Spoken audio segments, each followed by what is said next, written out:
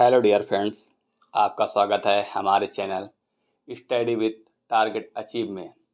आज हम आपके लिए डीएलएड फोर्थ सेमेस्टर की क्लास को लेकर के आए हैं। इसकी पहले की क्लास में हम लोगों ने ब्रह्म समाज को ब्रीफ से पढ़ा था। ब्रह्म समाज की असफलता के कारण सभी को हम लोगों ने अच्छे से पढ़ लिया था। जिसने भी पिछले की वीडियो न देखी हो तो लिंक डिस्क्रिप्शन में है, आप वहाँ से जा कर के ब्रह्म समाज की वीडियो को देख सकते हैं। आज की क्लास में हम लोग पढ़ेंगे प्रार्थना समाज। चलिए तो हम लोग स्टार्ट करते हैं। हम लोग पढ़ना है कि प्रार्थना समाज की स्थापना किसने की, हमको ये मालूम होना चाहिए। तो देखिए, जो हमारा प्रार्थना समाज था, इसके संस्थापक थे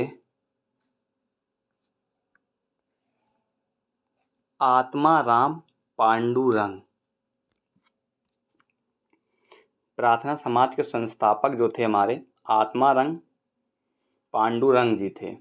इनके साथ और भी व्यक्ति शामिल थे जो कि थे एमजी रानाडे, केसी सेन, केशव चंद्र सेन तथा आरजी भंडारकर। ये व्यक्ति आत्माराम पांडुरंग के साथ शामिल थे। लेकिन जब भी बात आएगी कि प्रार्थना समाज की स्थापना किसने की, तो हम लोग आत्माराम पांडुरंग का नाम ही लेंगे। अब हम लोग बढ़ते हैं यहीं पे। अभी हम लोग इसको ब्रीफ में पढ़ेंगे। यंग भंग आंदोलन जो था हमारा 1826 से लेकर के 1831 के बीच में हुआ था। और यंग भंग आंदोलन के संस्थापक हेनरी विलियम डेरिजियो थे। हेनरी विलियम डेरिजियो बहुत ही इम्पोर्टेंट व्यक्ति हैं। इनके बारे में बहुत दिलचस्प बातें हैं, वो हम आपको बताते हैं। चलिए देखते हैं। हेनरी विलियम डेरिजियो थे ना, ये 17 वर्ष की आयु में ही मात्र हिंदू कॉलेज में प्रोफेसर बन गए थे। आज के समय में 17 साल की उम्र में हम लोग इंटर कर पाते हैं, 12th कर पाते हैं। और हेनरी विलियम जो डेरिजियो थे, वो 17 वर्ष की आयु में वो भी हिंदू कॉलेज में प्रोफेसर थे। दूसरी बात ये, 17 वर्ष की आयु में तो ये हिंदू कॉलेज में प्रोफेसर थे, लेकिन इनकी जो मृत्यु होती है वो 22 वर्ष में ही इनकी मृत्यु हो जाती है। इनका जन्म 1809 में हुआ था और मृत्यु इनकी 1831 में हो जाती है। इन्होंने ही यंग भंग आंदोलन स्टार्ट किया था 1826 से 1831 में। अब हम लोग आगे बढ़ते हैं। ईश्वर चंद्र विद्यासागर के बारे में जानते हैं। ये बहुत ही इम्पोर्टेंट व्यक्ति हैं। 1820 से लेकर 1831 तक इन्होंने क्या वर्क किया, इनके बारे में हम लोग देखते हैं। ईश्वर चंद्र विद्यासागर जो थे वो संस्कृत कॉलेज में प्रधानाचार्य थे। और इनका पूरा नाम जो था ईश्वर चंद्र बंदोपाध्याय, इनका पूरा नाम था।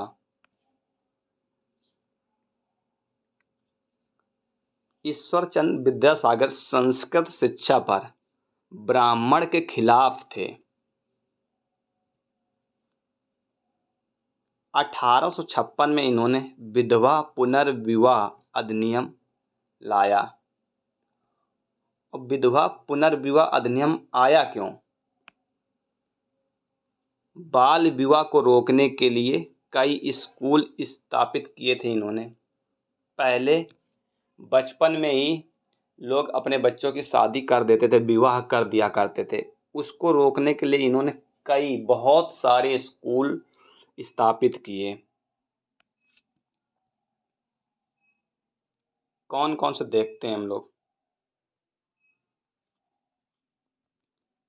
नेटिव मैरिज एक्ट की स्थापना इन्होंने 1872 में की थी।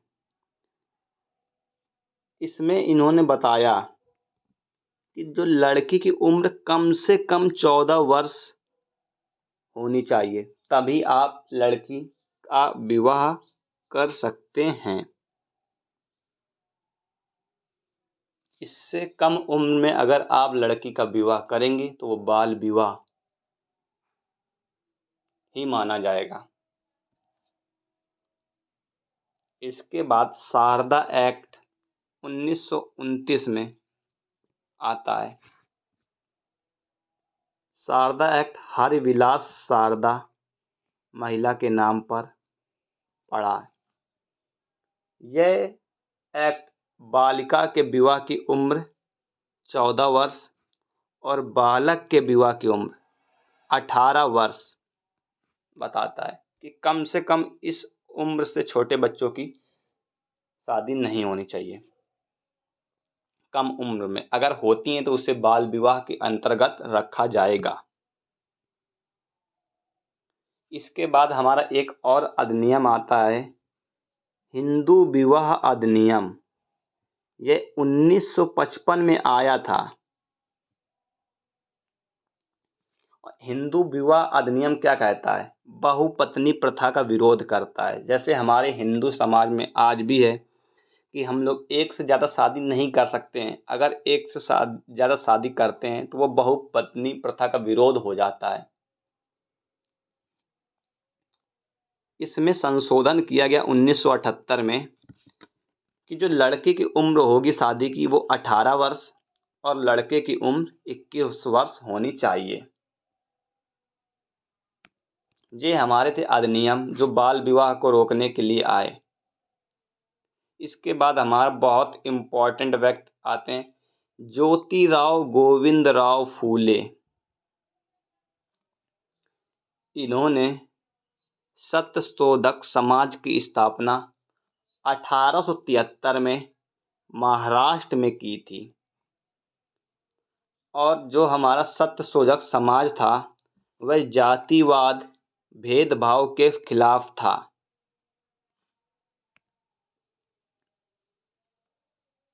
और जो हम लोग की महात्मा की उपाधि चलती है, ये महाराष्ट्र के एक स्थानीय सभा ने दी थी। जब हम लोग महात्मा गांधी बोलते हैं तो वो महात्मा की उपाधि है ना, तो वो महाराष्ट्र की एक स्थानीय सभा ने दी थी महात्मा की उपाधि।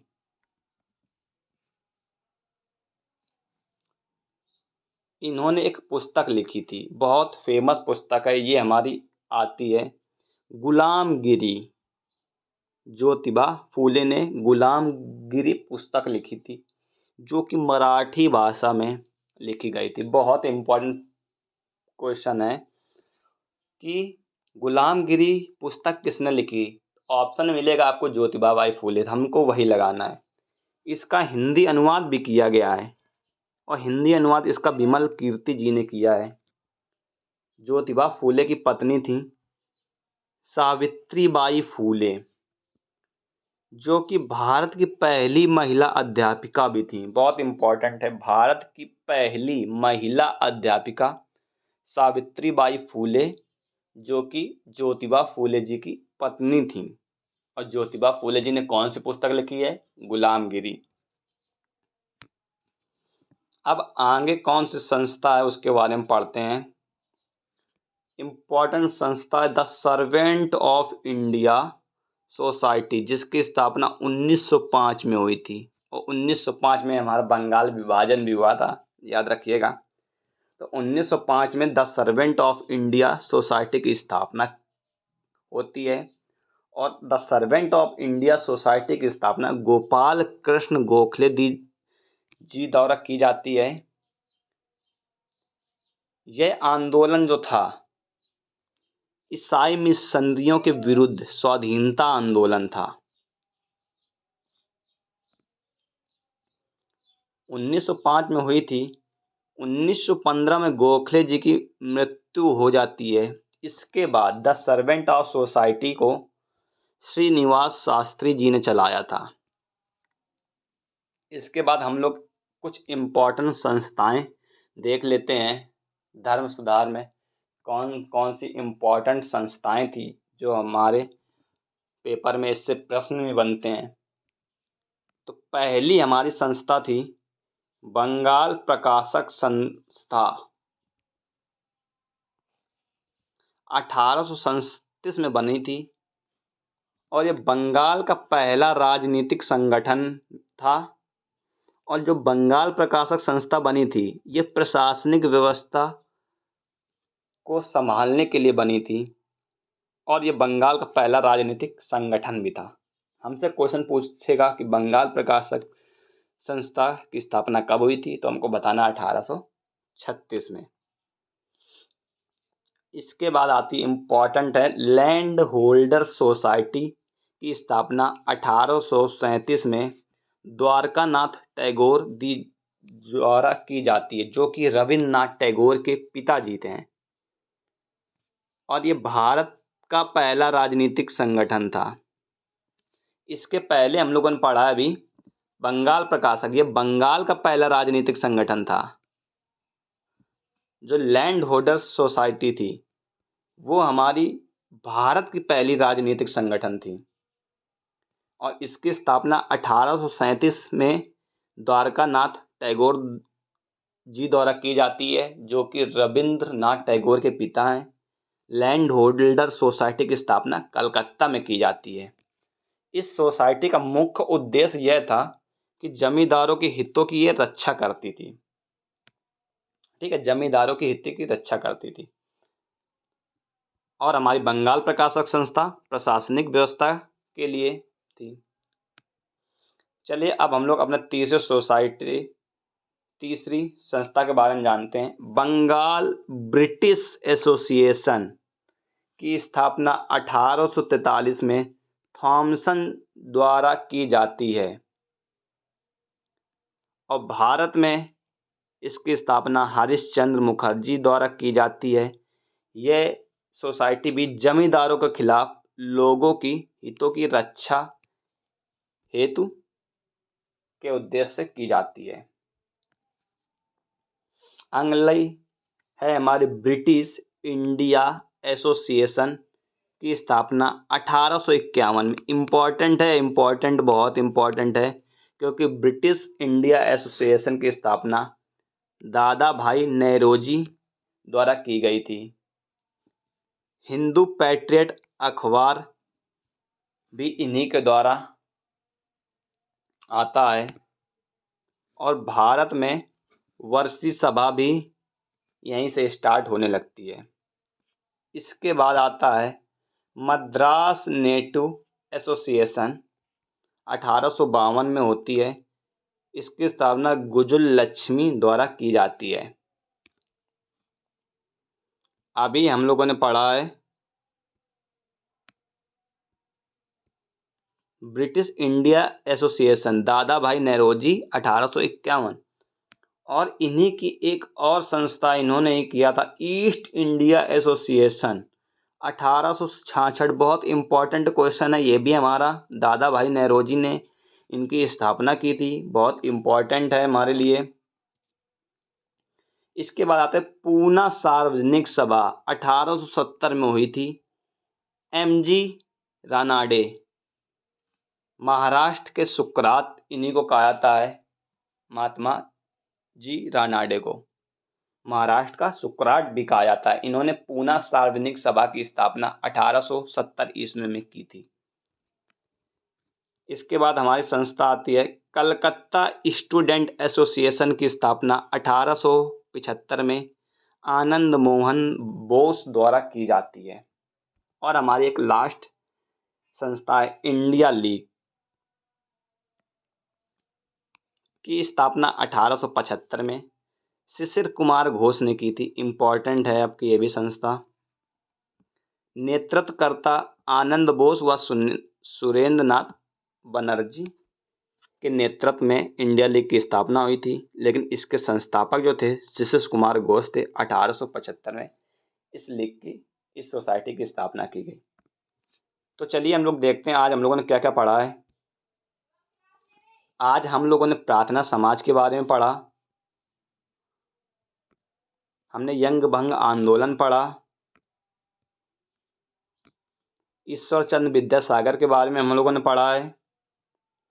इसके बाद हम लोगों ने इन्होंने कौन कौन से अधिनियम आए बाल विवाह के खिलाफ उनको पढ़ा। नेटिव मैरिज एक्ट को पढ़ा है हमने, शारदा एक्ट के बारे में पढ़ा, हिंदू विवाह अधिनियम के बारे में पढ़ा है, ज्योतिबा गोविंद राव फूले जी के बारे में पढ़ा हमने। ज्योतिबा फूले जिन्हें हम लोग बोलते हैं, इनकी पुस्तक हमने देखी, इनको अच्छे से पढ़ा। इसका the Servant of India Society Gopal Krishna Gokhale ji को पढ़ा हमने। इसके बाद हम लोगों ने इम्पोर्टेंट संस्थाएं थी जो धर्म सुधार आंदोलन में जिन्होंने भाग लिया, उन्होंने कुछ कदम उठाए, ये आज हम लोगों ने पढ़ा। उम्मीद करते हैं कि आपको हमारी ये वीडियो पसंद आई होगी, और अगर आपको हमारी ये वीडियो पसंद आई हो तो हमारी वीडियो को लाइक कीजिए और हमारे चैनल को सब्सक्राइब कर लीजिए और बेल आइकन का बटन दबा दीजिए ताकि आपको हमारे चैनल से जुड़ी समस्त जानकारियाँ प्राप्त हो सकें। और अगर आपको इनसे संबंधित कोई प्रॉब्लम हो रही हो तो डिस्क्रिप्शन में टेलीग्राम का लिंक दिया है, आप हमारे टेलीग्राम लिंक से टेलीग्राम चैनल से जुड़ सकते हैं। और अगर आपको वहाँ पे कोई प्रॉब्लम हो रही तो आप हमसे वहाँ पर डिस्कस कर सकते हैं। Thank you.